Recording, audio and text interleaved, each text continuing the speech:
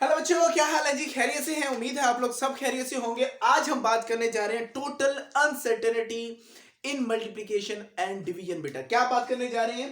Total uncertainty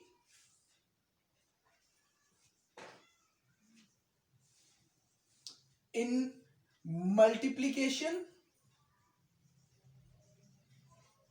and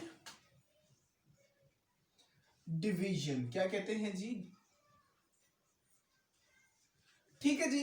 आज हम बात करने जा रहे हैं कि कैसे आप किसी भी कैलकुलेशन में जहां वो डिवीजन या मल्टीप्लिकेशन का प्रोसेस हो रहा होता है, आपने टोटल अनसर्टेनिटी निकालनी है। तो आपको एक बात याद रखनी चाहिए, जितनी भी आपको वैल्यूज गिवन होती हैं बेटा, जितनी भी वैल्यूज गिवन होती हैं उसमें आपके पास अनसर्टेनिटी का होना लाजमी है। क्या चीज?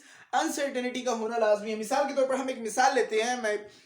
मिसाल है जी, ए वॉल्यूम सॉरी वोल्टेज हमारे पास है 1.5 और इसमें जो अनसर्टेनिटी है वो 0.1 वोल्ट की है। ठीक है, दैट इज 0. ये जो वैल्यू है ये है 5.2। ठीक है, हम बुक वाली वैल्यू ले रहे हैं ताकि हमारी जो कैलकुलेशन वो जल्दी से हो जाए। हमारे पास वोल्टेज कितनी है? 5.2।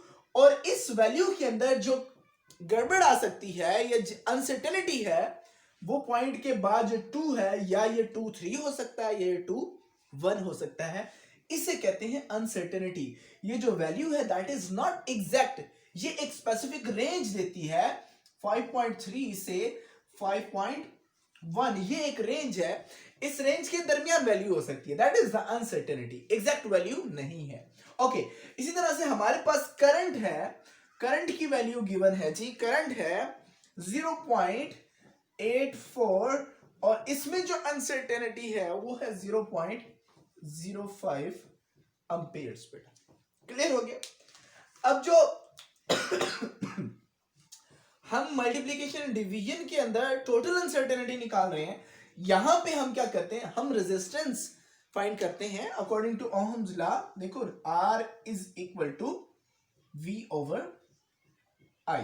ठीक है, ये हमारे पास फॉर्मूला है। अब देखो यहां डिवीजन हो रही है, वोल्टेज डिवाइड बाय करंट। तो हम क्या करते हैं, जरा इसको सॉल्व करते हैं। वोल्टेज डिवाइडेड बाय करंट, आपके पास रेजिस्टेंस किसके बराबर आएगी? वोल्टेज है 5.2 वोल्ट डिवाइडेड बाय करंट कितना है? 0.84। ये तो हमारे पास सिंपल रेजिस्टेंस आ गई एम्पियर में। ठीक हो गया? अब हमने क्या करना है, इसका रिजल्ट निकाल देना। मैं इसका रिजल्ट आपको बता देता हूं जी। इसका रिजल्ट आया है 6.19। आर हमारे पास आ गया 6.19 ओम। अब यहां हमने जैसे इस वैल्यू के साथ अनसर्टेनिटी 0.1 है, इस वैल्यू के साथ 0.05 है, तो इस रेजिस्टेंस के अंदर अनसर्टेनिटी कितनी होगी ये कैलकुलेट करना है। तो याद रखिएगा, जब भी आपने मल्टीप्लिकेशन और डिवीजन के अंदर अनसर्टेनिटी निकालनी है तो आपको परसेंटेज में क्या निकालना है जी? आप क्या कह सकते हैं, परसेंटेज अनसर्टेनिटी निकालनी है। क्या निकालना है? Percentage uncertainty. So I hope कि आपको मालूम होगी परसेंटेज अनसर्टेनिटी किसी भी वैल्यू की कैसे निकालते हैं, जानते हैं? अभी मिसाल के तौर पर हमारे पास ये वैल्यू है, इसकी हमने परसेंटेज अनसर्टेनिटी निकालनी है। सो आपको ये पता होना चाहिए कि अनसर्टेनिटी कैसे निकालनी है। ठीक है, अनसर्टेनिटी कैसे निकालनी है जी? इसके अंदर परसेंटेज अनसर्टेनिटी ये होती है एब्सोल्यूट अनसर्टेनिटी, यानी कि एब्सोल्यूट अनसर्टेनिटी है 0.1 डिवाइडेड बाय एक्चुअल रीडिंग। जो हमें मिली हुई है रीडिंग वो कितनी है? 5.2। ठीक है, और इसे कर देंगे मल्टीप्लाई बाय 100। ये हमारे पास जो वैल्यू आएगी that will be in percentage. So percentage uncertainty in voltage, voltage के अंदर जो परसेंटेज अनसर्टेनिटी है वो हम ऐसे निकालते हैं जी। मैं कैलकुलेटेड वैल्यू बता रहा हूं।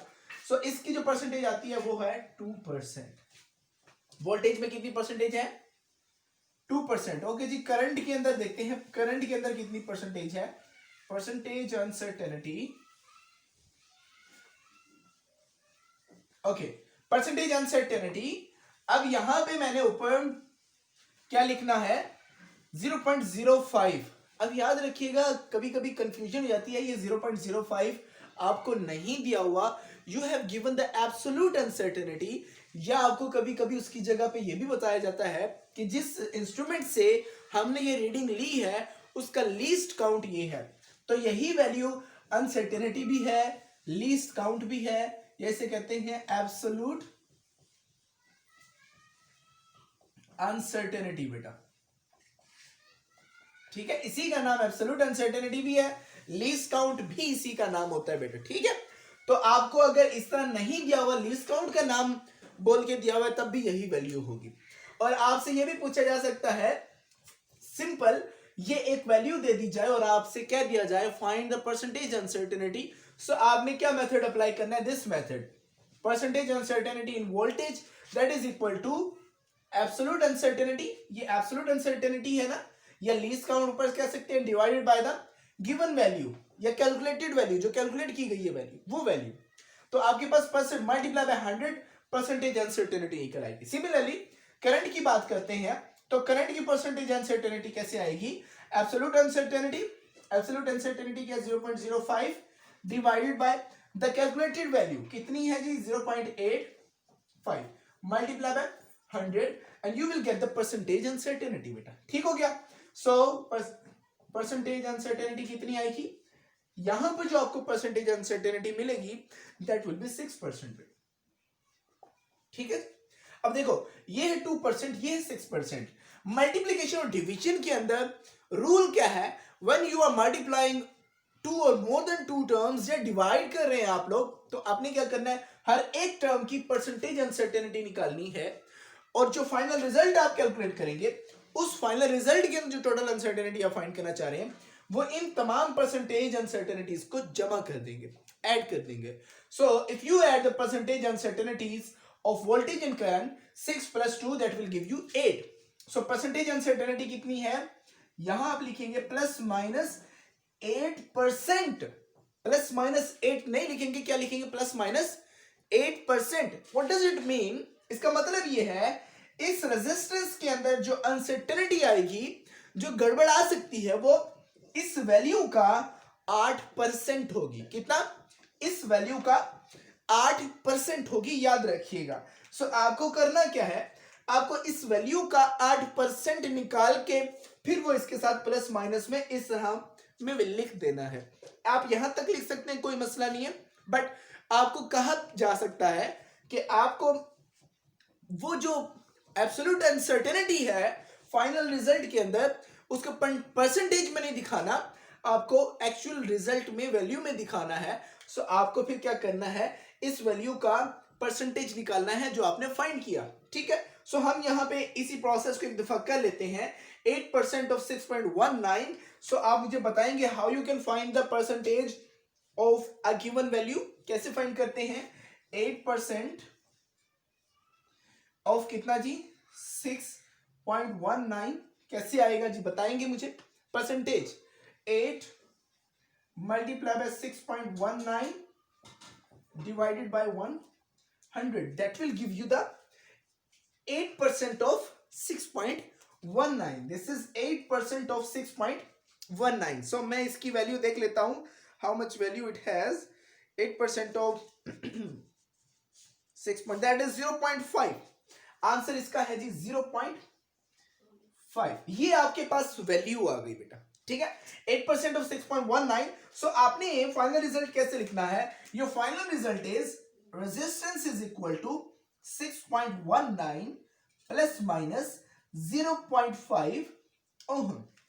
This is your final result and you got the total uncertainty in the final result. Hope so आप लोगों को ये बात समझ आ गई होगी। When you are calculating the total uncertainty in the final result, तो आप क्या करते हैं, आपने हर एक टर्म का सबसे पहले परसेंटेज अनसर्टेनिटी निकालना है। ठीक है, फिर परसेंटेज अनसर्टेनिटी को आपने सम अप कर देना है, जमा कर देना है, and you will get the total uncertainty in the final result. Clear हो गया बेटा। So let's have a look at some examples. हम कुछ एग्जांपल्स लेते हैं और उसके बाद उनको कैलकुलेट करते हैं। मैं एक एग्जांपल लेता हूं आप लोगों के लिए।